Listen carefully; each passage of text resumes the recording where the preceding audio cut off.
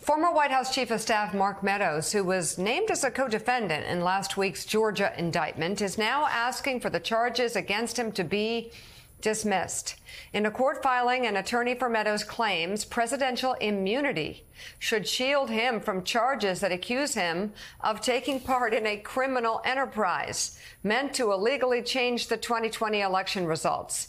He's also charged in connection with a now infamous phone call to Georgia's Secretary of State, where Trump asked the official to, quote, find the exact number of votes needed to overturn his loss there.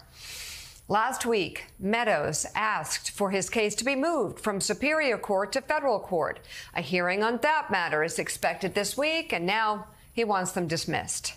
Meanwhile, in the separate documents case against Donald Trump, Mark Meadows has reportedly told investigators he was, quote, unaware and had no knowledge of Donald Trump either talking about or declassifying confidential information that he took from the White House. As ABC News reports, that would contradict Trump's biggest defense in the Mar-a-Lago classified documents case. Meadows' account also seems to be backed up by former Vice President Pence, despite Trump's insistence that he declassified all the materials before leaving office. Pence seems to disagree.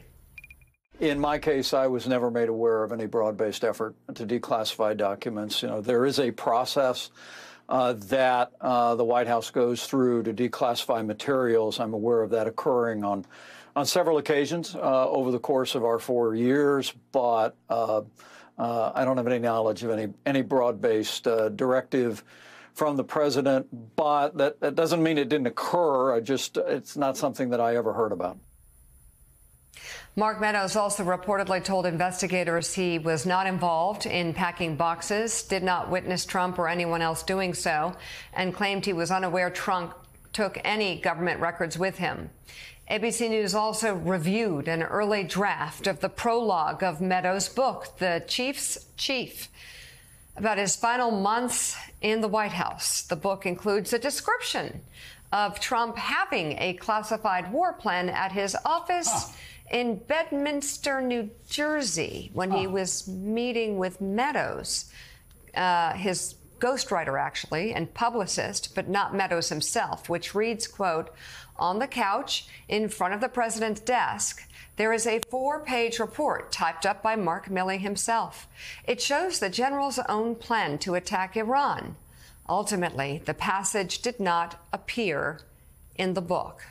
Meadows reportedly told investigators he asked the paragraph be changed and that it would be problematic if Trump possessed such a document. In a statement to ABC News, the Trump campaign accused the Justice Department of selectively leaking incomplete information that lacks proper... Would you like more context, Reverend Al? We can give them more proper context. Sorry, it's... So not only be funny. Did Mark Meadows say that the president didn't declassify the documents, and not only did Mike Pence say the president didn't properly declassify the documents, but Donald Trump himself on tape said, I did not declassify these documents. Now, I did it with my if I were president, he says on tape, I could have declassified it, but I didn't declassify it then, so I can't declassify it now, and I probably shouldn't even be showing you. No, he says it himself. It is on tape. He said in the Georgia case, when he asked the Secretary of State of Georgia to find him 11,780 some odd votes, and he went on to say, you can say or suggest, say it when you did a recount. In every case, he convicts himself. It's hard to argue against what you say and that has been recorded, and the charges match what you say. I've said before, and I'll say it again, a fish wouldn't get caught if he kept his mouth shut. He's on the hook, Joe. Yeah, he is on the hook, and he's on the hook, again, by his own words, time and time again.